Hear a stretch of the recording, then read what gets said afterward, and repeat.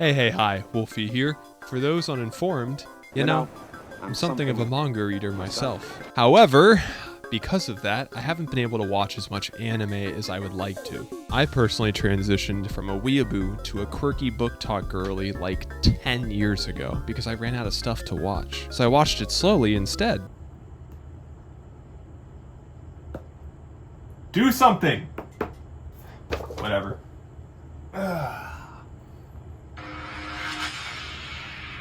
This has given me the opportunity to be something I've always dreamt of being. A gatekeeper! Nah, but for real, I've seen quite a few of my favorite mangas, manhwas, and webtoons all get anime adaptations over the last 10 years, but this video is about one specifically.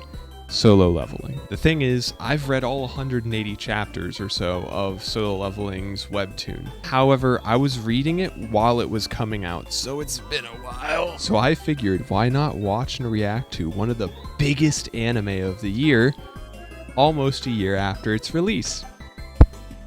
I'm an idiot. Look, I wanted to watch it, okay? I've been busy! Quick exposition for those unaware. Solo Leveling, the anime, is based off of the Korean manhwa Solo Leveling, which is based off of the web novel Solo Leveling or Only I Level, something like that, by Chugong. That's the usual path or roadmap that Eastern animation tends to take, or evolution, if you will. Speaking of evolution, did you know that in terms of male human and female Pokemon... Fuck! It's fine, we'll put it in. So the original web novel was penned nearly 10 years ago in 2014. It wasn't first serialized until 2016 by Kakao. So to any of you who think that it's just another one of those overpowered character with video game skills anime, eat rocks! The manhwa, the webtoon, didn't even start till 2018, and it was drawn by the legendary Jang Sung-rak, who very unfortunately passed away in July of 2022. You may know one of his other works like Space Dandy. But by that point, the webtoon had been finished, the web novel had been finished for a while, which meant A1 Studios had everything they needed to make the story work. Crazy how that works, right? So what did they do with this material? Well, let's talk about it. For episode 1, we start off on Jeju Island. We get to see a little bit of what happened there. We get to see the hunters doing their thing, a little bit of pow pow pow, little ow ow ow. They essentially introduce us to this world. Monsters, hunters, the basics, tragedy, tragedy, tragedy. Then we're introduced to our main protagonist, Sun Jin-woo, and his struggles. Then he gets put in an even bigger struggle. This show is already not wasting time, which I noticed immediately, but that's okay. That's good. It's a positive thing. In episode 2, we see how this bigger struggle pans out for not just Sun Jin-woo, but everyone involved. It's crazy how literally in the second episode, they've already made it hard to not feel for the characters that are there in that situation. Like, I remember getting just a slight torture corn vibe from the webtoon, as in like everyone hates you, everything sucks, you're weak, just to make like the glow up that much more cathartic. But it just feels natural here. Like when you look at a scoreboard, someone has to be at the bottom. It's just how it works. And you really do feel like Jin-woo is just a byproduct of this system in this world. And lastly, to end the episode, Sun Jin-woo fucking dies! Episode 3 is where the action starts to begin. Sun Jin-woo is not fucking dead. Hell, he even discovers basic exercise, PTSD, and learns what a video game is. We also learn about his completely regular home life and family. Also, that workout routine looks a little familiar. Throughout this, we really get to see more of Jin-woo's motivations, why he does what he does, why he feels like he has to succeed no matter what, and also more about his own empathy for like others and their issues and their plights and whatnot. We also learn a little bit more about the Hunters Association and the threats that lurk outside of the dungeons, such as apples. By the end of the episode, we've gotten a loose understanding of the system and what lies ahead for Jin-woo. Episode 4 opens with the first couple steps of Jin-woo's transformative journey, where he discovers he's got that dog in him, and he also strangles his snake.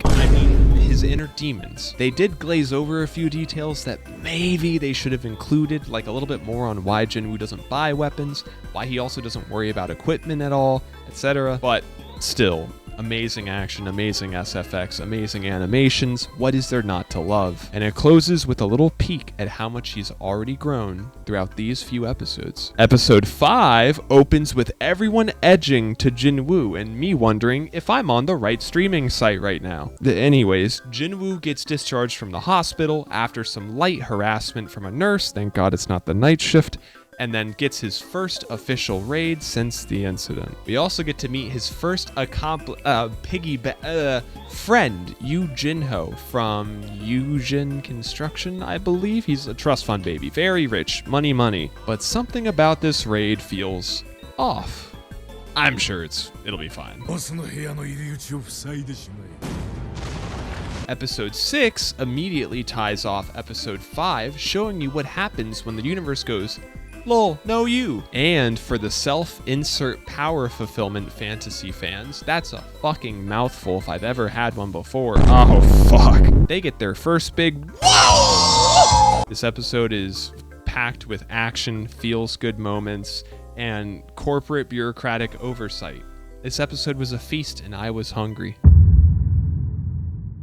Episode 7 begins with Jinwoo realizing he's straight edge now, and also murder's not always totally bad. After a little bit of some good old PTSD and quality time with his sister, Jinwoo meets up with Jinho, who tells him about his plan to create a guild to compete against his brother for his father's approval? I actually don't know. He decides he doesn't like money, and instead he'd rather find out more about a little thing called the learning curve.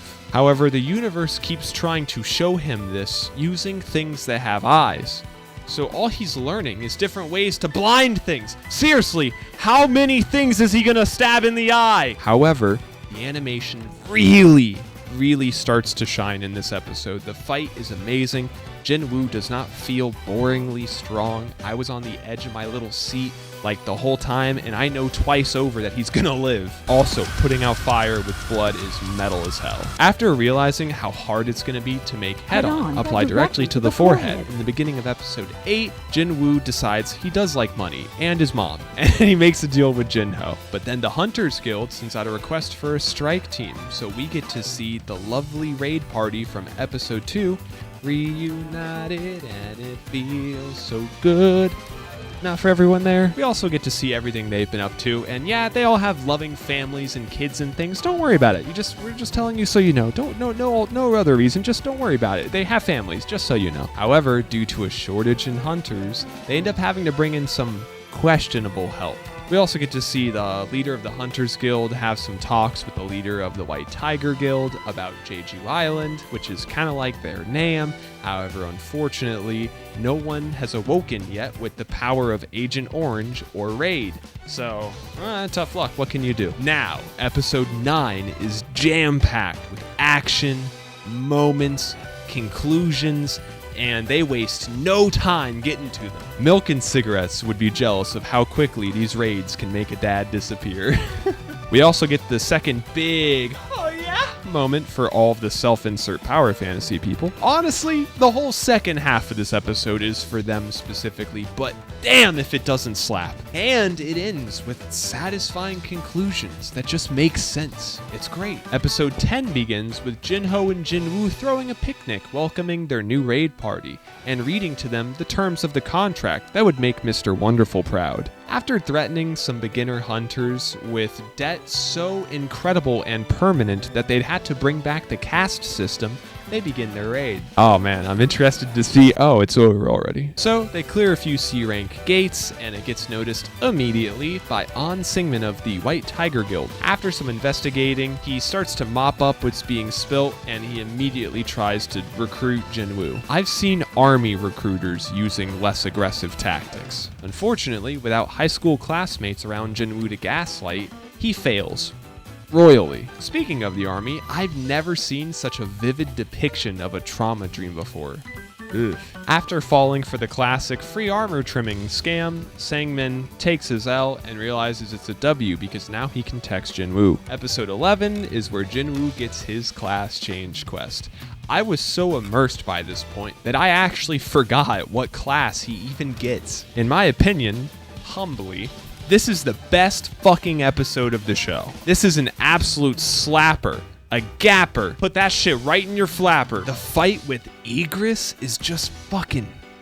I've never been so happy to see a protagonist get sauced on. The disrespect is so good. The Hunters Guild also decides for some reason that Jeju Island was more of a GG easy than a GG no re. So they decide to go poke the hornet's nest again, but this time with a really long stick. On the topic of good games, Jinwoo decides to recreate his favorite mission from the hit game Halo Reach. Lone Wolf. Also, are those teleportation stones made of carry gold? Gamer, you've dropped every single one! Now, episode 12 is a nice, big, beautiful bow on this absolute gift of a show. Jinwoo is saved by video game savior RNGesus, and he uses the moment to, you guessed it, get stronger. The recon team also struggles to recon with a 480p camera outside of Jeju Island. More thoughts on that later. After realizing what's happening and giving all of the mages smallpox blankets and then defeating Megazord, Jinwoo finally gets his new class. He's hesitant to accept it at first, but after thinking about it for about 3 seconds, he realizes its potential and accepts. He immediately gets to work with his new class, however it takes a little munging before he can get the shiny. The finale comes to a close by showing us what the recon team saw out in the water by Jeju Island. The only thing scarier than ants. Ants with wings.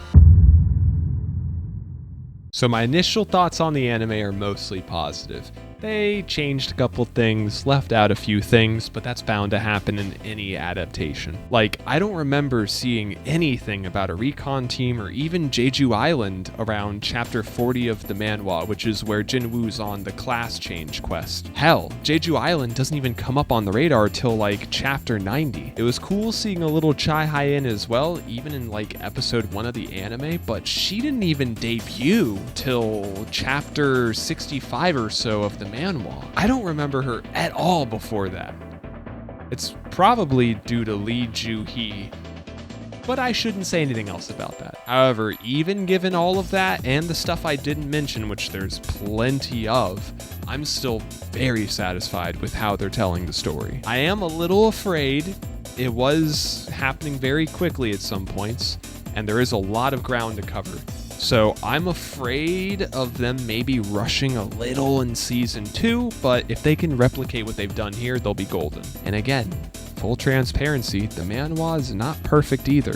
Like, it is also an adaptation of a source. There are very similar criticisms between the manhwa and the web novel as well. And on the topic of information, I was actually really happy to see how they handled exposition in the animated format. It's fairly common, especially in anime, for like a disembodied voice or the voice of another, like a side character, to provide exposition and context throughout the journey. Think like Katara in Avatar. In Solo Leveling though, they cut to other moments in time and characters to provide you with that information or context while keeping you fully immersed. It never feels like jarring or forced in, to me at least. They also really did a fantastic job in communicating or conveying Jinwoo's internal monologue and thoughts and feelings through things like his body language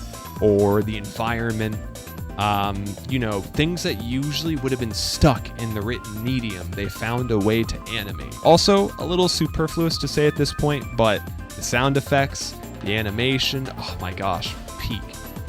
A1 Studios, you did a fantastic job. The choreography was awesome. The cinematography was clean and snappy. Even the interpretation of the characters in the written and drawn medium being translated to the animated medium are amazing, top notch. But they should be given the studio. I will say the ending soundtrack was pretty good. I liked it. The opening soundtrack left a little to be desired for me. I feel like something more along the lines of maybe like Go Cry Go, which is the opening for part of the Overlord anime. Something like that would have fit a little bit better. I might be alone on this one. Last thing, sometimes, only sometimes, I touched on this earlier, kind of. The manhwa, the webtoon was like slightly too wish fulfillment-y, you know? Yet somehow, with the anime, it comes off more like inspiring. Like, I'm about to go pump out the best sets of my life in this next workout versus me just sitting in the chair being like, hey, yeah, what if that was me? If that makes any sense. I'd love to see that trend continue into season 2 because I am slightly worried because wish fulfillment stuff is really popping right now. And don't get me wrong, wish fulfillment-y stuff is fun, but so is fast food. And that gives you the Hershey squirts. So you don't want it every day. All in all, Solo Leveling is an amazing anime, and I highly recommend it to most anime watchers and webtoon readers. And if you end up liking it, you can just go read the webtoon, which is done. So you could read to find out what else happens, or you could just read up to the first season to get like more information. Like you can just finally fall into that rabbit hole like I did 10 years ago. If you're like me and you've read the webtoon but you haven't watched the anime yet, go watch it right now. Right now! It'll only take a day or two to binge, maybe a week if you watch a few episodes a day. I promise it's a really fun time, even if you know what's coming next, because you don't fully know. And yeah, that's all I have to say today. So if you enjoyed the video, please give it a like and let me know in the comments what you'd like to see me check out next in the future. If you want to see more, please be sure to hit that subscribe button, click the bell notification, make sure it's on. I promise I won't annoy you with notifications. You can also catch me twice a week being a goofball on Twitch, which is kind of my mainstay right now. Links will all be in the description. And finally, we have a really cool community if you want to talk about anime, games, you want some people to play some stuff with, you want to be sure you're in the know for the next video or the next stream, join my Discord. And yeah, links are all in the description. Thank you so much for watching this video and supporting me. It means the absolute world to me. I look forward to seeing you next time. Red Rocket Gang forever.